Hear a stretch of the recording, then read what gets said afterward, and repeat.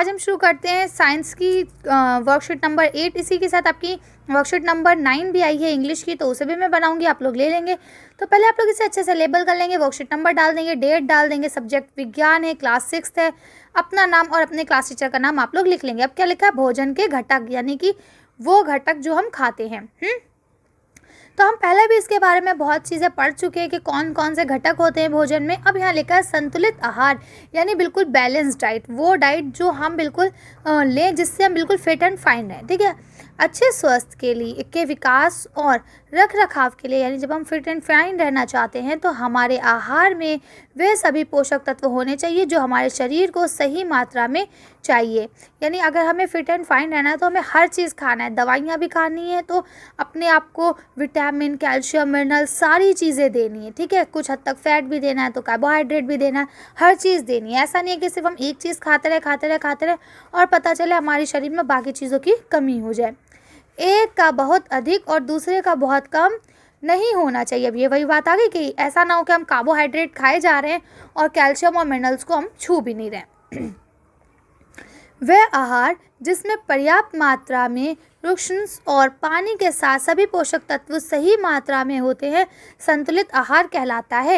यानी हम संतुलित आहार किसे कहते हैं, जिसमें हर चीज़ पर्याप्त मात्रा में हो, जितनी चीज़ें हमें चाहिए हैं वो सारी मात्रा उसमें अवेलेबल हो, पानी भी हो, सब चीज़ें हो, उसको ही हम क्या कहते हैं, बैलेंस डाइट कहते हैं या संतुलित आहार कहते हैं।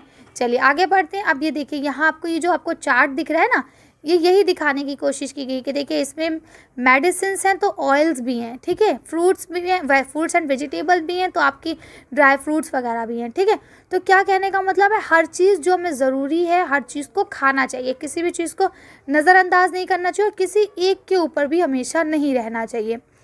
अब आपका यहाँ पहला ये देखिए, यहाँ लिखा है सप्ताह की अवधि में आप जो भी खाते हैं उसका चार्ट तैयार करें। यानी एक हफ्ते में आप क्या क्या खाते हैं उसका चार्ट आपको बनाना है।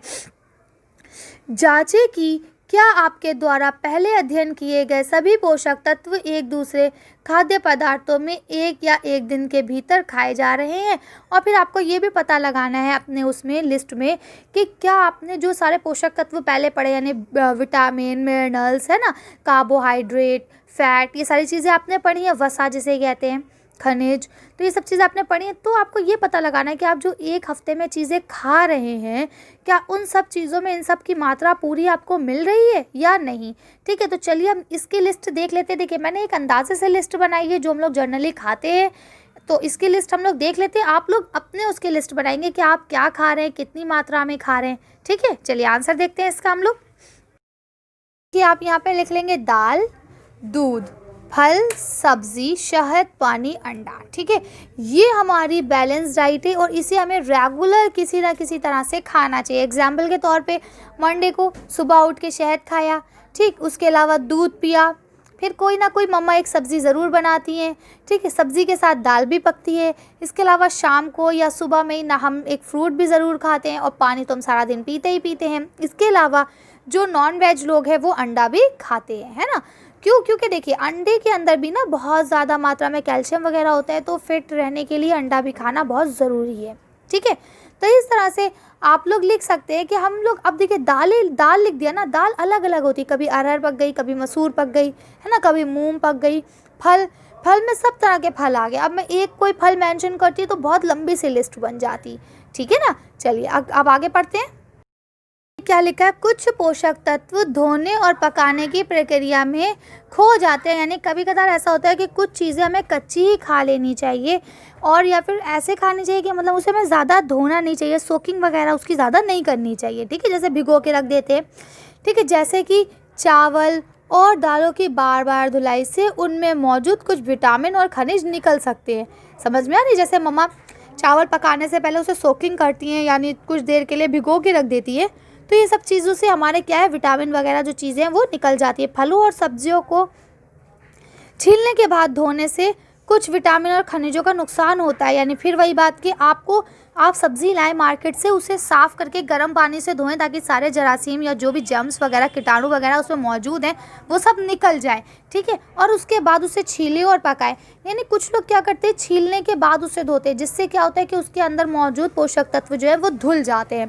ठीक है, इसी तरह से यहाँ लिखते हैं यदि खाने पकाने के दौरान अतिरिक्त पानी का उपयोग किया जाता है, यानी कि जितनी मात्रा चाहिए उससे ज़्यादा अगर पानी का इस्तेमाल करते हैं तो भी क्या होता है अगर होता है तो उससे क्या होता है कि उसमें प्रोटीन और खनिज की जो मात्रा है वो खो जाती है। क्यों? क्योंकि वो भाप बन के उड़ जाता है सारा पानी के साथ। तो जैसा मान लीजिए आपने इतने भगोने में चावल लिए, तो आपको चावल पकाने के लिए इतने पानी की ज़रूरत है। अब इसमें आप जब उसे पकाएंगे तो बिल्कुल अच्छे से, अगर आप उसमें इतना पानी डाल देंगे तो क्या होगा, वो पानी साइड से गिरेगा या भाप बन के उड़ेगा, जिसकी वजह से जो इसके अंदर आपके खनिज या विटामिन वगैरह हैं वो सारे ख़राब हो जाएंगे, निकल जाएंगे बाहर। तो आपके खाने में वो चीज़ें बाकी नहीं रहेंगी।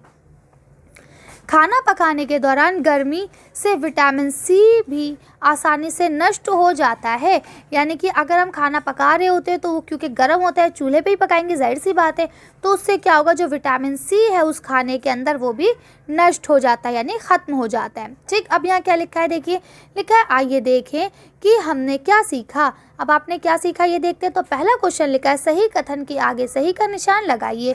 ठीक है, जो कथन सही है उसके आगे सही और जो कथन गलत है उसके आगे गलत का निशान आपको लगाना है। नंबर 1, सिर्फ चावल खाने से हम अपने शरीर की पोषण संबंधित आवश्यकताओं को पूरा कर सकते हैं। तो ये आपका आंसर हो जाएगा गलत।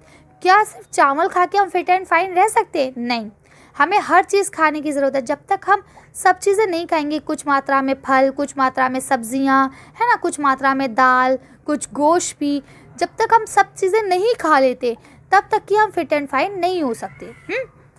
किसी भी एक चीज़ पर निर्भर रह के और हम ये सोचें कि वो हमें सारे पोषक तत्व दे देगा, तो ऐसा पॉसिबल नहीं है। तो इसका मतलब ये है कि आपका ये वाला तो आंसर हो गया गलत। अब अगला क्या लिखा है, आहार में फलों और कच्ची सब्जियों को शामिल करना चाहिए। तो ये बिल्कुल ठीक है। क्यों? क्योंकि जो फल है या कच्ची सब्जियां जो हैं उन्हें हमें खाने में शामिल करना चाहिए। क्यों? क्योंकि उसमें बहुत मात्रा में आपको विटामिन और खनिज यानी कि मिनरल्स जो है वो बहुत ज़्यादा मात्रा में मिलते हैं, जिसके बाद आप बिल्कुल फिट एंड फाइन रह सकते हैं। आपकी जो बीमारियाँ हैं वो आपसे बहुत दूर रहेंगी। ठीक है, अब आपका यह नेक्स्ट क्वेश्चन इन्होंने दिया है, खाना पकाने के दौरान कौन सा विटामिन ऊष्मा से नष्ट हो जाता है? चलिए इसका आंसर देखते हैं और उसके बाद इंग्लिश की वर्कशीट को पढ़ेंगे।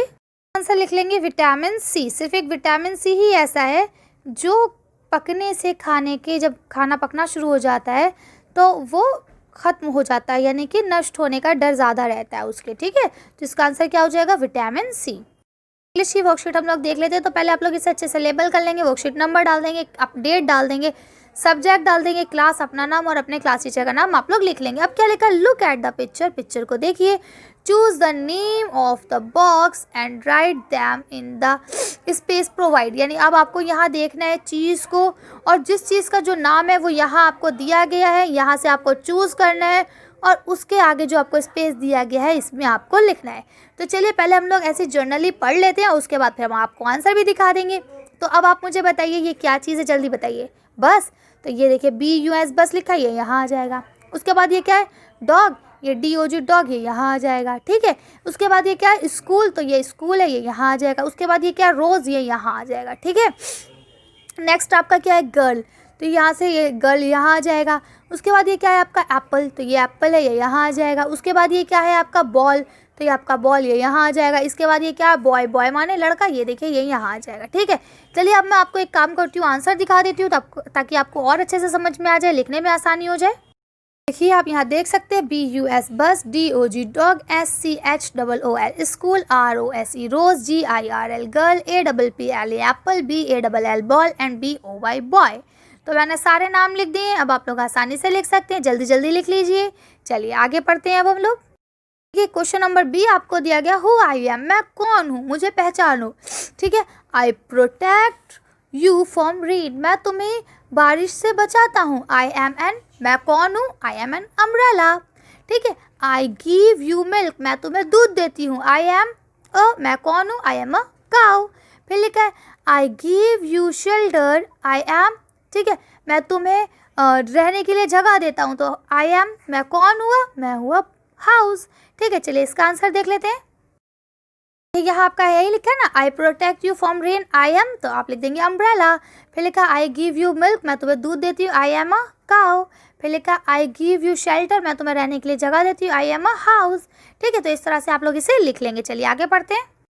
क्या लिखा है सी, आपका सी क्वेश्चन है complete the name of the following, आपको इनके नाम को कंप्लीट करना है। क्या लिखा है, आई क्रीप अराउंड योर होम, मैं आपके घर के इर्द गिर्द ची ची ची ची करती रहती हूँ। कौन हूँ मैं, बताइए। You borrow books for me, तुम मुझसे बुक्स उधार लेके जाते हो, बताओ कौन हूँ मैं तुमसे पैसे भी नहीं लेती, ठीक है। उसके बाद लिखा आई गिव यू ऑक्सीजन, मैं तुम्हें ऑक्सीजन देता हूँ, कौन हूँ मैं, बताओ जल्दी से। आई टीच यू, मैं तुम्हें पढ़ाती हूँ, कौन हूँ मैं, बताओ जल्दी से। चलिए तो इसके आंसर देख लेते हैं कि ये कौन है। आप देख सकते हैं पहला आपका हो जाएगा बर्ड, दूसरा हो जाएगा आपका लाइब्रेरी। आप किताबें कहाँ से उधार लेते हैं, लाइब्रेरी से। हमें फ्रेश एयर कौन देता है, ऑक्सीजन कौन देता है, ट्री। और हमें पढ़ाने में मदद कौन करता है, हमारी टीचर, ठीक है। तो इस तरह से आप ये सारे आंसर यहाँ से लिख लेंगे। चलिए आगे बढ़ते हैं। आपका क्वेश्चन नंबर डी क्या दिया गया है, choose the words from the question. अब आपको क्वेश्चन ए बी और सी से वर्ड्स को चूज करना है and write to each to the correct column, और आपको करेक्ट कॉलम में लिखना है। ऊपर जो आपका क्वेश्चन ए बी और सी था उसमें कितने आदमियों के नाम आए यानी पीपल्स, उनको यहाँ लिखना है। प्लेस, जो जगहों के नाम आए उनको यहाँ लिखना है, ठीक है। एनिमल्स, जिन एनिमल्स के नाम आए उनको यहाँ लिखना है। और जो थिंग्स यानी जो चीज़ों के नाम आए उनको यहाँ लिखना है। तो चलिए इसका आंसर देख लेते हैं हम लोग। देखिए पीपल में क्या क्या आया आपके, बॉय एंड गर्ल यानी लड़का और लड़की इंसानों में आ गए। स्कूल और हाउस ये दोनों प्लेस हो गए यानी जगहें हो गई। डॉग एंड काउ ये आपके एनिमल हो गए, ठीक है। बस और बॉल ये आपकी थिंग्स हो गई, ठीक है। तो आपने इस तरह से इसको लिख लेंगे। चलिए आगे पढ़ते हैं। आपका यहाँ लिखा है we have read about the name of people, place, animal and things such as girl, library, cow and umbrella, ठीक है। यानी हमने अभी ऊपर जो पढ़ा ये क्या पढ़ा, किसी जगह को, किसी इंसान, किसी जगह, किसी जानवर या किसी चीज़ के नाम के बारे में हमने पढ़ा, जैसे कि लड़की, लाइब्रेरी, गाय या umbrella. These are called naming words, ये सारे वर्ड्स क्या कहलाते हैं, नेमिंग वर्ड्स कहलाते हैं। इन्हें ही हम नाउन कहते हैं। क्या कहते हैं, नाउन, ठीक है।